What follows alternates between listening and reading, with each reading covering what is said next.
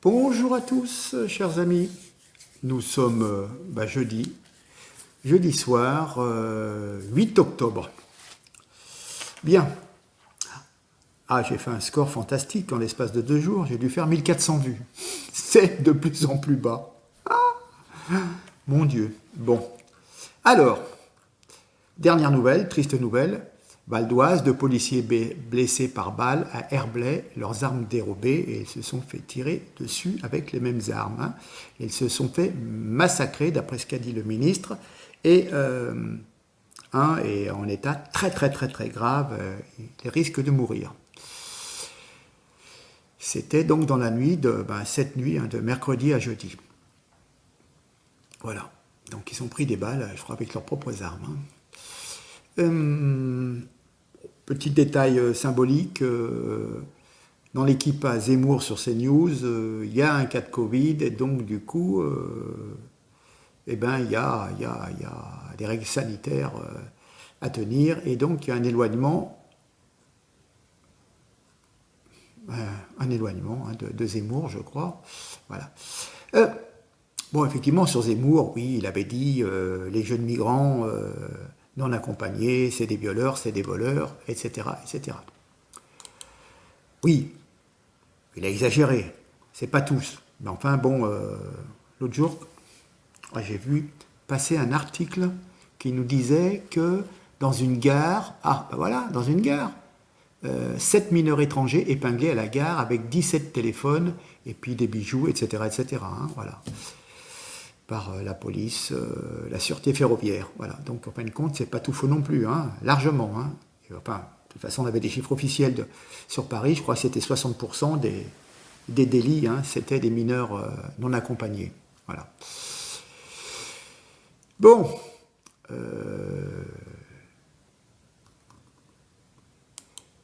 Oui, France Alcatel, oui, voilà, hein, voilà. On nous avait dit, on file Alcatel aux Finlandais Nokia en 2016, hein, c'était grâce à Emmanuel Macron d'ailleurs, on va faire un gros européen, et puis maintenant on licencie 1233 personnes, voilà, et puis ils ont piqué les brevets de Alcatel, et voilà comment de plus en plus on dépouille, on déshabille notre pays.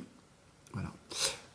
Allez, un petit sourire, vous avez vu Marlène Schiappa, elle est contre la polygamie, hein. C'est bizarre parce que, autant que je me souvienne, je vous avais dit qu'Assa Traoré, passé un moment, faisait l'apologie de la polygamie, hein, parce que son papa avait eu 4 femmes. Mais là, personne n'a rien dit, vous voyez. Et puis là, d'un seul coup, ça revient, quoi. Ben oui, mais il ne fallait pas attaquer les Traoré. Bon, ok. Une autre connerie. À monsieur Djebali. Djebali. Les transports en commun ne sont pas un lieu de contamination, affirme le ministre des Transports. Ah ouais. Les lieux de contamination les plus importants sont les lieux où les gens ne portent pas de masque.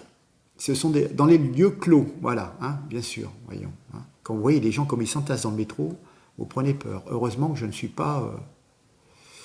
Enfin bon. Ça c'est une chose. Et puis... Ah oui, alors, une anecdote, vous voyez, qui correspond un petit peu à ce que j'avais l'habitude de dire par rapport au nombre de décès. Tout à fait par hasard, alors je vous expliquais qu'il y avait à peu près 660 000 morts. Souvenez-vous qu'en 2017, la France métropolitaine, touchée par la grippe, depuis plus d'un mois, a compté 67 000 décès à l'époque. Hein. En 2017, nous avons enregistré 12 000 décès de plus qu'en 2016, sans doute à cause de la grippe, et puis avec un âge moyen, évidemment, très important. Hein. À l'époque, il y avait eu 600 000 morts 606 000 morts et contre 594 en 2016. Et on nous expliquait dans cet article du Parisien que en janvier 2017, la France métropolitaine, touchée par la grippe depuis plus d'un mois, avait comptabilisé 67 000 décès. Ce niveau mensuel n'avait plus été atteint depuis décembre 1969, selon l'INSEE, où la pandémie de grippe de Hong Kong avait sévi dans le monde, terrassant 1 million de personnes. Voilà. Et il nous explique encore que la moitié des hommes décédés en 2017 ont plus de 79 ans, la moitié des femmes décédées cette année-là ont plus de 87 ans. Voilà. Hein.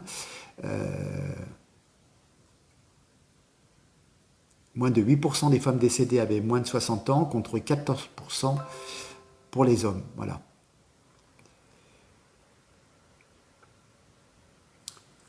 Voilà, ceci est c'est un concours de circonstances, hein, ils ont publié ça, et effectivement, ça correspond un petit peu à ce que j'ai toujours dit. Hein. On a, je crois, 70 morts de la grippe en 2020, au lieu de 8 ou 10 000. Donc, à un moment, symptômes de la grippe, symptômes du Covid, tout le monde est Covid. Alors, en plus, si quelqu'un peut me confirmer, mais de source sûre, cette histoire que l'hôpital, pour chaque cas de Covid, touche 5 000 euros, ça m'arrangerait. Bon, enfin bon. Donc il y a eu des événements très très graves en région lyonnaise, d'importance nationale, et il y a 2 jours, un acte symbolique en réaction aux événements du week-end dernier à Lyon et à Rieux. Alors il faut savoir que, vous vous rendez compte, un dimanche matin, un pompier, enfin je connais très bien, je connais très très très bien l'endroit où ça s'est passé, un pompier a été blessé à la tête par un homme armé d'une hachette. Dimanche matin dans le 7e arrondissement de Lyon. Voilà, hein. Et puis la veille, au soir, les soldats du feu ont été pris à partie lors de violences urbaines. C'est des violences urbaines, hein. Des incivilités. On va y revenir, hein, d'accord. Voilà. Alors, du coup, oui, j'ai zappé. J'étais en train de parler de Zemmour, excusez-moi, et je disais, oui, il y avait des mineurs non accompagnés. Donc, je vous ai parlé ceux chopés par la SNCF. Et puis donc, des tas de départements disent oui, c'est une honte, parce que c'est le département qui finance les mineurs non accompagnés. Hein. Donc, on est compte, le prix que ça coûte. Ils sont passés de 4 000 à 40 000 en une dizaine d'années. Tous ces gens, souvent des faux mineurs, qui nous coûtent un pognon de dingue. Mais je me dis quelque part, c'est quand même bizarre. Parce que quand on a un chanteur, je pense au Nick Corrad, je rentre dans des crèches, je tue des bébés blancs, attrapez les bites et pendez leurs parents, écartelez-les pour passer le temps. Et là, personne porte plainte. Enfin, bon, ouais, bon, il y avait eu un petit truc, mais il a eu 5 000 euros d'amende, 5 000 euros avec sursis, il me semble, à l'époque. Mais pour vous dire, quoi, je veux dire, c'est quand même beaucoup plus grave. Là, Zemmour fait un constat, bon, il a tendance peut-être à exagérer, si vous voulez, mais dans son idée, c'était pour montrer que, effectivement, dans ces mineurs non accompagnés, il y a quelques mineurs, il y a toutes des filières, des systèmes de mafia et tout, qui exploitent même ces enfants, hein, en les faisant voler et tout. Voilà, c'est tout. C'est un constat. Après, c'est pas pour son plaisir intellectuel de le dire, vous le constatez tous les jours. Bon, en région parisienne, vous voyez des tas de mineurs non accompagnés qui traînent dans les rues, qui peuvent être soumis à la drogue ou à l'alcoolisme, et puis voilà, bon, c'est pas non plus... Donc voilà. Alors, écoutez, je vous laisse 10 secondes, et puis nous allons attaquer l'attaque islamique de l'église de Rieux. On va y venir. Hein. Bon, je peux présenter les choses d'une certaine façon. Vous allez comprendre. À tout de suite. Merci.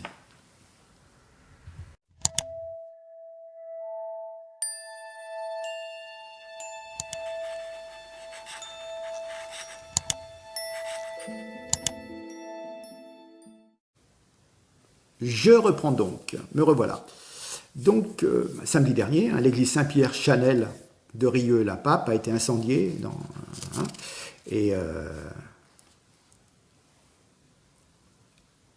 L'article, ceux qui savent doivent dénoncer les coupables. Enfin bon.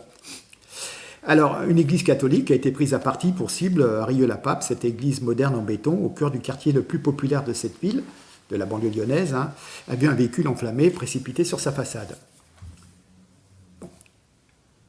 Quand une église catholique est prise pour cible par des incendiaires, il ne faut pas passer cela sous silence, car ce n'est pas innocent. Ça ne l'est jamais. Nous savons, on veut nous conduire ceux qui se livrent à de pareils actes, trop fréquents en France pour être anodins. Nous savons bien ce qu'ils veulent. Quelque part, on dirait que c'est écrit, théorisé, hein, appliqué, pour produire certains effets. Alors il faut bien entendu que cela soit publié, que les images de la voiture en train de brûler contre l'église, le message du maire de cette ville fasse le tour de France, le tour du monde, pour connaître ce témoignage, hein, et témoigner de ce que subit notre pays. Rappelez-vous qu'il y a à peu près 1000 agressions antichrétiennes par an. Hein. Donc en s'attaquant à des symboles, à des édifices catholiques, on s'attaque à une partie de notre culture, la culture française. Des petites racailles, des petites frappes qui se sont attaquées à cette église. Ils veulent faire passer un message, en fin de compte. Ils veulent montrer à la France entière que c'est la religion chrétienne, quelque part, qui doit partir en fumée. C'est symbolique, hein. Une église de quartier qui brûle. Alors, soi-disant, d'après les messages, des autres, enfin, oui, les témoignages, des auteurs cagoulés ont hurlé que le maire était raciste et qu'ils souhaitaient que ce maire dégage. Un maire qui a été réélu, je crois, au premier tour avec 67% des voix, hein, dans un quartier, dans une commune très populaire où il y a une forte, très forte, je ne sais même pas si c'est pas majoritaire, de communautés musulmanes, maghrébines, etc., etc. Hein. Voilà, c'est ça, c'est ce que je lisais dans l'article. Ils veulent punir le soi-disant racisme d'un maire qui est quand même réélu à 67% au premier tour des élections. Voilà. Hein. Alors, ce n'est pas l'une des plus anciennes, mais celle-ci précisément, toute neuve. Il considère que le racisme du maire se combat en faisant partir en fumée le symbole de sa religion supposée.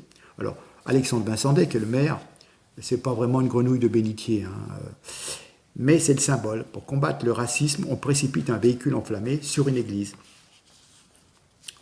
Ça reste la guerre civile. Enfin bon, il y a un maître à penser qui s'appelle Abou Moussa al-Souri et qui parle de guerre civile, hein, de soulèvement. Hein. Bon, alors ces gens-là qui ont fait de tels actes, ont-ils lu le livre d'al-Souri? Fréquentent-ils la grande mosquée de Rieux-la-Pape? Enfin bon, on va dire que c'est effectivement pas une séquence planifiée d'un grand complot mondial, mais cet incendie vient après après deux petits incendies de deux mosquées dans la région lyonnaise, qui avaient fait les gros titres de la presse nationale. Hein. Attentat islamophobe, ah ouais, d'accord. Ouais. Donc ils ont peut-être été inspirés par ces actes. Hein. Donc c'est une réponse, une escalade, hein. C'est les prémices d'une guerre civile. Hein.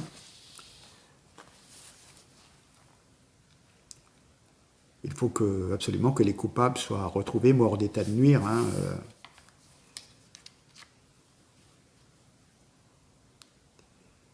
C'est très compliqué. On attend d'avoir des informations de ceux qui savent, dans la communauté, dénoncent leurs frères de religion, mais qui ont des actes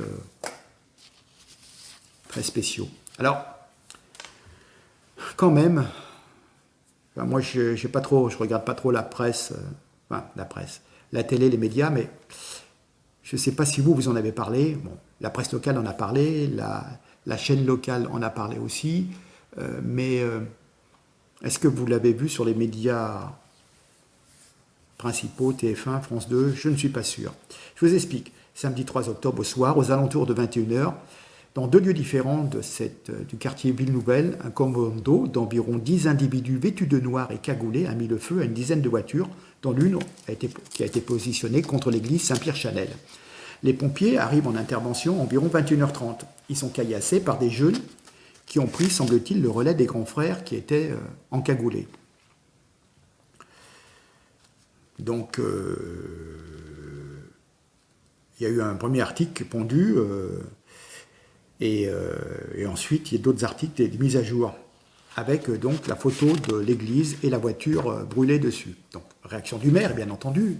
Il s'est rendu sur place le dimanche matin en compagnie du préfet délégué à la sécurité et a dénoncé des actes intolérables, inqualifiables et révoltants, précisant que le cabinet du ministre de l'Intérieur avait été prévu durant la nuit. Bon, je ne pense pas qu'ils ont réveillé le ministre. Hein. Bon, c'est bien le minimum qu'ils pouvaient faire, c'est le maire, ça coûte pas cher, mais ça sert à rien. Hein. Bon, il allait pleurnicher sur l'épaule de Gérald Moussa Darmanin, genre GG au secours, il y a des bandes de musulmans qui me foutent le boxon en ville. Alors ce que j'aime bien, c'est la réaction de l'Église. Hein. Je déplore les violences de cette nuit à Rieux-la-Pape. J'assure la communauté chrétienne et tous les habitants du quartier de mon amitié et de mon soutien. Monseigneur Michel Dubost, administrateur apostolique du diocèse de Lyon. Oui, l'Église de 2020 est moderne, elle communique par tweetos, comme Trump. Hein, voilà. Mais par contre, ils peuvent être modernes. Je ne sais pas s'ils font des messes de mariage pour les homos. Non, non, pas encore, mais presque. Hein.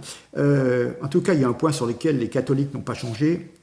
Comment dire? Un certain masochisme maladif, leur amour sirupeux et gluant du prochain, même si c'est un égorgeur de quartier. Il assure les cathos et tous les habitants du quartier de son amitié, de son soutien. C'est-à-dire qu'il assure de son amitié et de son soutien les incendiaires et tous les musulmans du quartier. Il tend l'autre joue, quoi. Ben, c'est à vomir. Comment peut-on faire partie encore de cette église décadente, masochiste, soumise? Oui, je dirais soumise, de futurs, ce qu'on appelle des dhimmis, des esclaves des musulmans dans le futur califat du Francistan. Des agneaux tout juste bons à se faire égorger. Ils auront le sort qu'ils méritent. Hein. Je ne me sens pas plus faire partie de cette communauté. Mon sauveur, c'est plus mon église, c'est plus ma religion. Bienvenue, par contre, aux catholiques qui ont encore des couilles, mais les autres, franchement, réveillez-vous quand même. Donc, alors bon, toujours la presse locale fait des mises à jour. Le maire dénonce un commando criminel. Oui, on en remet une couche. Hein. Oui, quand on voit toutes ces carcasses fumantes de voitures, on nous dit une nouvelle étape a été franchie hier soir dans notre commune avec l'incendie d'une dizaine de véhicules. Mais faux, c'est pas une nouvelle étape, ça fait 40 ans que ça dure. D'ailleurs, rappelez-vous, je crois que c'est pas François Mitterrand qui était allé manger le couscous il y a une quarantaine d'années, au Mingat, je crois. Voilà. Puis ces voitures, donc une a été poussée contre l'église, mais on vous dit, ça a été poussé. Non. Cette voiture a été intentionnellement placée contre la façade de l'église, puis incendiée afin de tenter d'incendier cette église. Voilà. Hein. Alors le maire nous rebâche en une dizaine de minutes un commando criminel de dizaines de personnes vêtues de noir et cagoulées afin de ne pas être reconnues par les caméras de vidéoprotection, hein, à remonter, vidéosurveillance, oui plutôt, oui, puisque la protection n'en a plus, à remonter très rapidement l'avenue Général Leclerc jusqu'au Lanier en s'en prenant à des véhicules stationnés. Donc c'est quand même incroyable, on reconnaît qu'un commando de 10 personnes encagoulées ont disposé de quelques dizaines de minutes pour s'en donner à corps joie dans sa commune. 20-30 minutes. Ça a dû commencer vers 21h, les pompiers sont intervenus vers 21h30. Ça veut dire que l'on dispose théoriquement de 20-30 minutes pour mettre à feu et à sang un quartier en France. Bien sûr, pas devant l'Élysée, mais ailleurs, c'est open bar. Et en 20-30 minutes, c'est quand même long, on peut en faire des dégâts. Hein. Et la police municipale et les gendarmes, ah bah alors là, il faut quand même pas... Attends, non, mais... On va quand même pas se déplacer. Hein. S'il y a des musulmans qui mettent le feu à des voitures, ils sont trop nombreux. Hein. Il y a peut-être 10, 15 millions de musulmans. Bon, on ne va pas quand même se les mettre à dos. Hein. Puis c'est pas le boulot de la police municipale. Hein. Puis d'ailleurs, Rieux, il devait avoir une brigade de gendarmerie, avec peut-être 5 ou 6 personnes. Hein. Un samedi à 21h, c'est pas le GIGN. Hein. Ils n'ont pas envie d'aller se frotter à une dizaine d'encagoulés sans savoir... Si ceux-là ne sont pas lourdement armés ou appuyés par d'autres qui seraient eux armés, voire positionnés sur les toits pour faire de beaux cartons. Hein.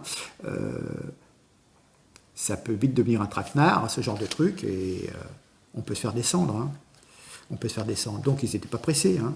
Ça ne sert à rien d'aller au casse-pipe et de se prendre un pruneau avec la trouille au ventre, de tuer. Parce que le problème, c'est que maintenant, les forces de l'ordre ont peur de tuer accidentellement un criminel et de se retrouver aux assises pour avoir simplement fait son boulot.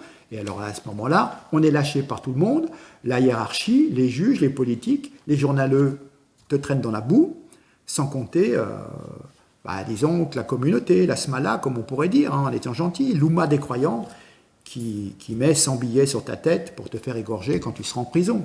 Voilà. Donc, ils sont restés à la brigade, on se fait couler un café, la nuit va être longue, on répond au téléphone. Oui, on est au courant de l'incendie, madame. Oui. On va venir, vous inquiétez pas, on nous a déjà prévenus. Et on se hâte très très lentement, histoire de laisser le temps donc aux durs, hein, aux incendiaires, de se replier. Et puis les petits frères prennent le relais pour caillasser les pompiers. On arrive juste à point pour essayer de couvrir les pompiers, hein, pour essayer de sécuriser leur intervention, voilà. Donc c'est un timing bien rodé, hein, on arrive toujours un peu en retard. Ça fait au moins une centaine de fois par an. en France, hein, voilà. Alors ne dites pas que fait la police ou la gendarmerie, hein, moi je dirais plutôt que font les politiques, que fait le gouvernement, que fait la justice, voilà. Hein. De toute façon, ça se reproduit, hein, 10 voitures, mais attendez, à la Saint-Sylvestre pour le 14 juillet, on en a eu combien de voitures, hein? Pour la victoire, la finale, la Coupe d'Afrique avec l'Algérie, on en a eu combien de voitures brûlées? Toujours le même cinéma. Le jour où la loi autorisera, c'est malheureux de le dire, hein, mais à tirer à vue sur les incendiaires, les pilleurs de magasins, les vandales, les caillasseurs, sans encourir de poursuites, et en ayant la garantie de la protection de l'État et de l'anonymat, on en reparlera. Pour l'instant, il faut attendre pratiquement qu'il y ait des victimes égorgées, par exemple, hein, pour ce qu'on appelle des fourraillers et tirer, c'est-à-dire sortir son arme et tirer dans le tas. Et encore, il faut tirer dans les jambes juste pour neutraliser, pour pouvoir juger l'assassin et l'entretenir aux frais de la communauté pendant 15 ans, et puis après le libérer, hein, pour qu'il puisse recommencer ses actes intolérables. Donc le maire nous dit, justement, je reprends le terme, c'est intolérable, c'est inqualifiable, c'est révoltant, ce sont des actes gratuits. Donc le maire, évidemment, apporte son soutien aux pompiers. Les soldats du feu sont systématiquement en première ligne pour sauver des vies, et il est honteux qu'ils soient la cible de ce groupe de délinquants dont l'unique objectif est de perturber la tranquillité des Riards. Hein, les Riards sont les habitants de Rieux. Donc effectivement, le maire, il gonfle un petit peu ses biceps. Serait-ce Schwarzenegger, le sénateur de Californie, pour Terminator? Il tape de ses petits poings, petit courageur sur son bureau de la mairie. Hein, et les pompiers, eux, ils s'en moquent, hein. Ils s'embralent de ces déclarations martiales. Ils préfèrent compter sur les flics, les gendarmes pour les couvrir. Hein. Alors, vous savez, les déclarations du maire, voilà. Et puis, j'ai envie de dire, on qualifie ces actes d'actes gratuits. Mais il y avait un économiste, Milton Friedman, qui disait « There is no free meal ». Si vous préférez, il n'y a pas de repas gratuit. Si vous préférez, rien n'est gratuit. Surtout une opération de ce genre. Voilà. Hein. Donc le maire, il fait son innocent, mais en fin de compte, il ment. Hein. Il ment. Alors, il y a comment dire, le journal local, donc, qui continue à nous refaire des mises à jour et tout. Les habitants sont sous le choc. Ah oui. Est-ce qu'il a fait un sondage? Il a fait un micro-trottoir? Il allait interroger quoi? Les fidèles à la mosquée? À mon avis, il n'y en a quand même pas beaucoup de fidèles qui sont sous le choc. Hein. Peut-être les propriétaires des véhicules incendiés, eux, sont sous le choc. Hein. D'ailleurs, je serais curieux de savoir, de connaître la religion, l'appartenance ethnique, si on peut dire, hein, si on peut utiliser ce mot. Est-ce que les incendiaires n'auraient pas visé exclusivement des véhicules de koufars, de blancs, ou de mauvais musulmans, qui seraient trop légalistes, trop laïcs? Est-ce qu'ils ont fait le choix ou c'était au hasard? Bon. 3 jours après, le gouvernement se réveille, et je crois que c'est hier, Gérald Moussa Darmanin est arrivé à Rieux. Alors c'est marrant parce que je vois une photo, il y avait une photo, et puis juste derrière, il y avait un musulman avec son chapeau rond, un homme de prière, un homme de paix et d'amour, qui est venu apporter son soutien, qu'on a mis derrière pour qu'on voit bien qu'il y avait un musulman qui venait apporter son soutien, je pense, hein, puisque alors, franchement, il est sur toutes les photos. Alors, il fallait entendre les paroles de notre Darmanin, de notre ministre de l'Intérieur et des cultes. Hein. Voilà. Hein. Il promet de retrouver les auteurs, hein. Mais de toute façon, il n'y a pas à aller chercher bien loin, hein. Ils sont à quelques centaines de mètres. Hein. Alors, après, c'est toujours les interrogations, le temps des interrogations philosophiques et existentielles. Hein. Violence urbaine. Après l'embrasement, il reste les questions. Ah ouais? Mais quelles questions? Des questions sur les réponses à apporter. Ah! Mais enfin, ce qui serait intéressant surtout, ce sont des questions sur les causes. Hein. Mais enfin, quand on va au fond des choses, c'est nettement plus dérangeant et politiquement incorrect. Hein. Donc, on est courtoisement prié de ne pas poser les bonnes questions. Silence dans les rangs. Vous mettez vos masques, vous fermez vos gueules, terminé. Bah, posons-nous ces questions, en tout cas en allant chercher les causes possibles de cette opération terroriste de déstabilisation, d'intimidation, car c'est bien de cela qu'il s'agit, et non pas de violence urbaine. Ça, c'est ce qu'on appelle la novlangue officielle et recommandée. Hein. Bon. Reconnaissons d'abord que le maire, Alexandre Vincendet, il est LR, mais quand même, il n'est pas laxiste. Vous voyez, ça fait un moment quand même qu'il hérite pas mal de gens à Rieux, parce que c'est certainement le moins mauvais des LR. Il met quand même un petit peu, il serre la vis. Hein. Bon. Et puis, deuxièmement, c'est bizarre, mais comme par hasard, il a sévi récemment contre certains éléments de la communauté des croyants. Effectivement, il y a eu un mariage célébré à huis clos il y a une semaine. Ils ont dit « Stop !»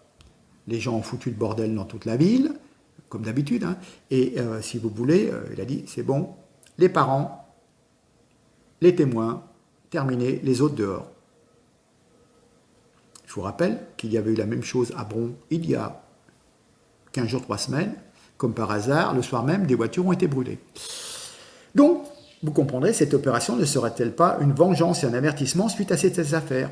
Les incendiaires ne feraient-elles pas partie des invités de la famille des mariés qui ont été évincés de la cérémonie et de la mairie suite à des incivilités, hein, des infractions très fortes au code de la route notamment. Donc, on peut sentir un message subliminal qui est dit « Ici, c'est chez nous, et on fait ce qu'on veut.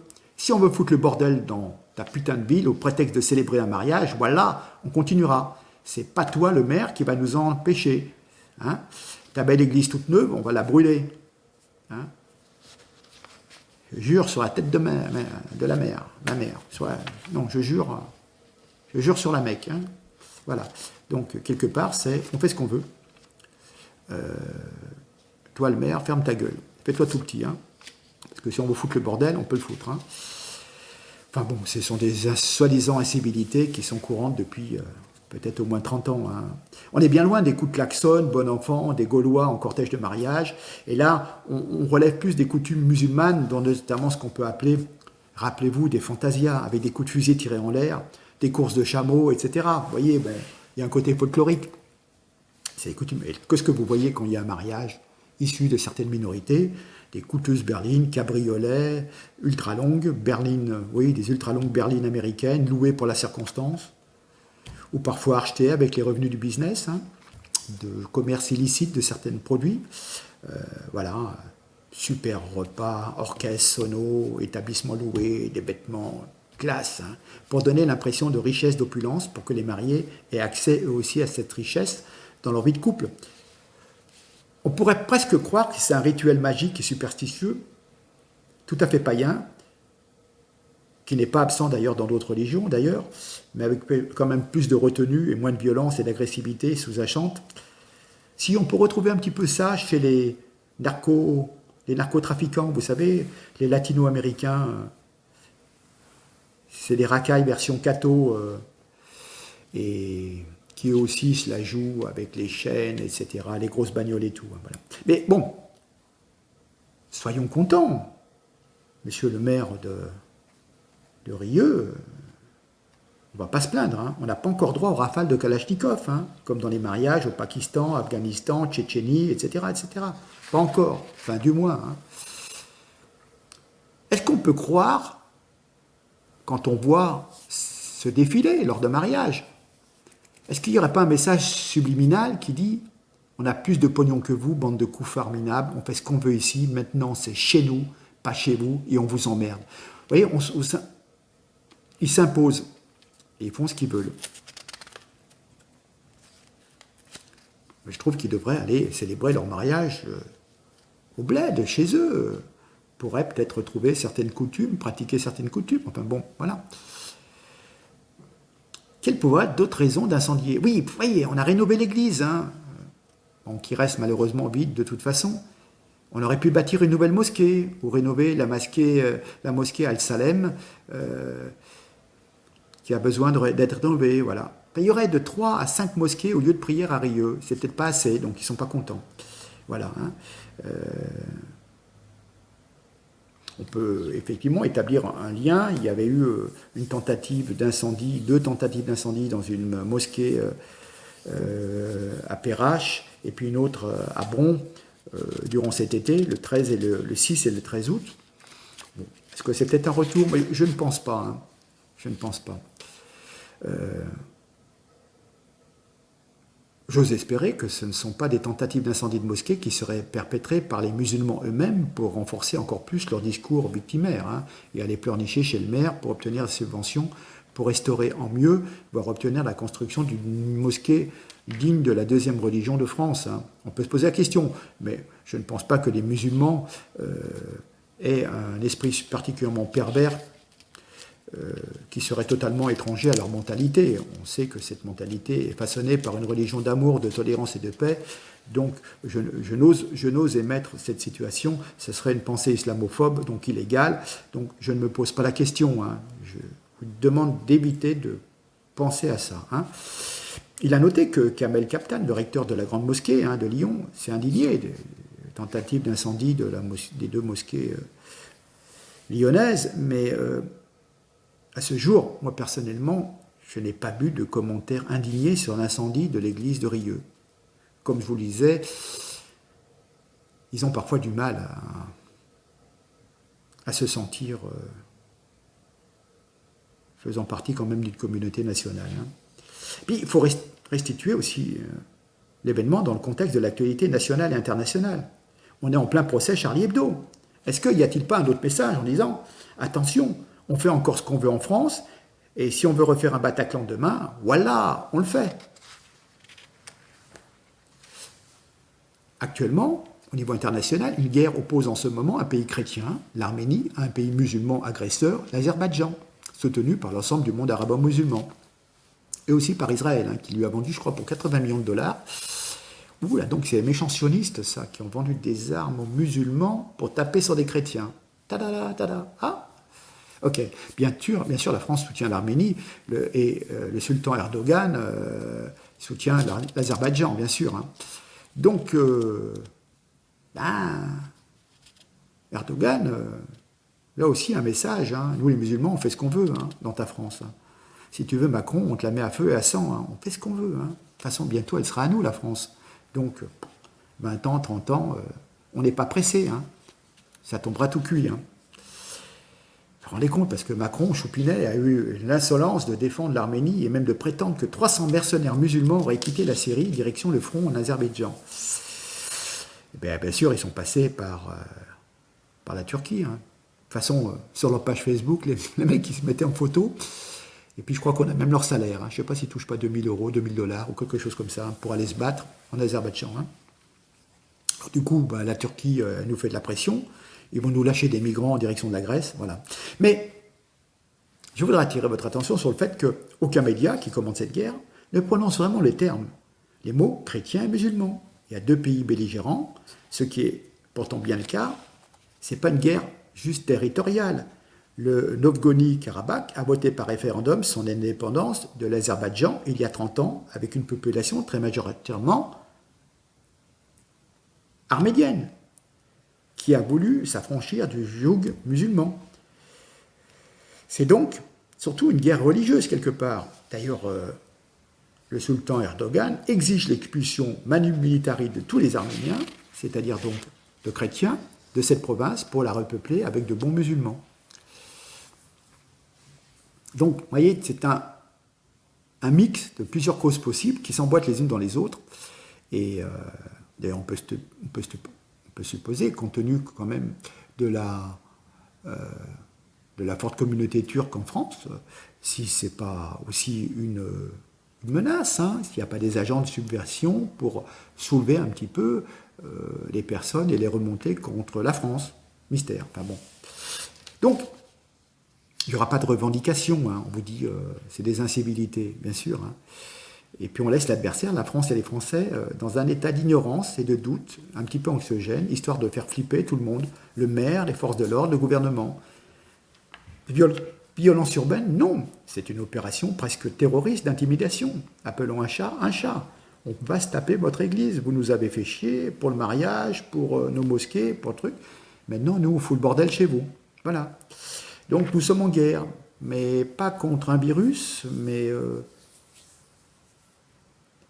contre une espèce de cinquième colonne composée de personnes issues d'une autre culture qui nous en veulent énormément. J'y reviendrai prochainement. Je suis tombé sur... ils en veulent absolument à Macron pour avoir osé parler de séparatisme islamique. D'ailleurs, il commence à revenir en arrière. Et puis, quand vous voyez, je me copierai des messages Twitter, mais en fin de compte, des gens à qui on donne des appartements, qui sont nourris, des enfants qui partent en vacances avec les bons de la caisse d'allocation familiale, qui sont donc logés, l'éducation scolaire gratuite, les soins gratuits, l'aide médicale d'État, etc., etc. Donc, comment? Eh bien, vous avez des messages où on a l'impression que les gens sont oppressés, persécutés, franchement, à croire qu'on leur jette des cailloux dans la rue quand ils passent, alors que c'est plutôt eux qui font la loi, et que nous, ben, si on croise 5 ou 10 personnes issues de l'immigration, on change de trottoir. Mais c'est eux qui sont persécutés, et ils disent, oui, c'est scandaleux, je vous les lirai, je vais faire une captation de cette ligne, et certaines associations musulmanes sont vent et debout et mobilisent leurs forces pour dire c'est scandaleux, on nous met de côté, c'est voilà, c'est pas juste et voilà. Enfin bon, comment dire? Je terminerai par une chose. La nuit s'abat sur l'Europe et elle risque d'être très très longue. Et puis, allez, Facebook m'a rappelé un texte que j'avais sorti en 2017, disant, on avait Macron, c'était les débuts de Macron, et je disais, il faudrait être aveugle pour ne pas voir que la société française vit une crise identitaire sans précédent qui profite aux salafistes, aux ultra-religieux. Donc cela entraîne la radicalisation des esprits de certains qui sont à cheval sur deux cultures.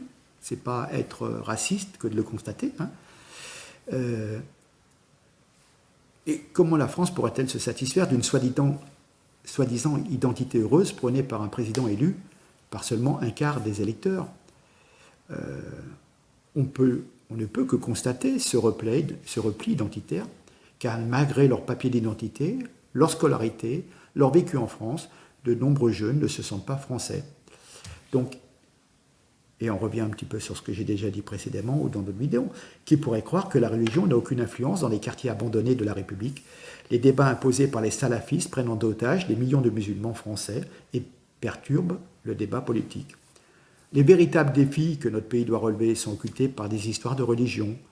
Le chômage, la désindustrialisation de notre pays, la sécurité intérieure, la restauration de la souveraineté nationale sont les dossiers urgents à régler.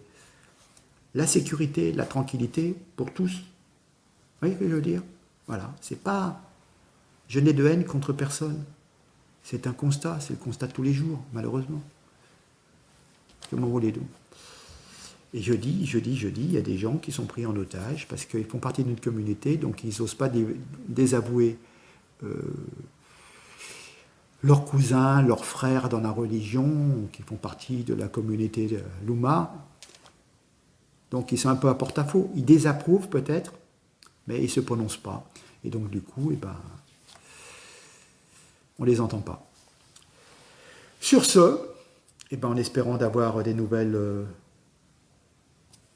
plus sympathiques la prochaine fois, bon, je vous laisse partager, alors je ne sais pas, je ne sais plus ce qu'il faut faire. Moi, je ne sais plus. Comment passer de 50 000 vues à 1300 vues, je ne sais pas. Bon, en tous les cas, on va continuer en essayant de ne pas choper le Covid. Hein. Et puis voilà. Merci beaucoup. À très bientôt. Partagez. Je compte sur vous. Merci beaucoup.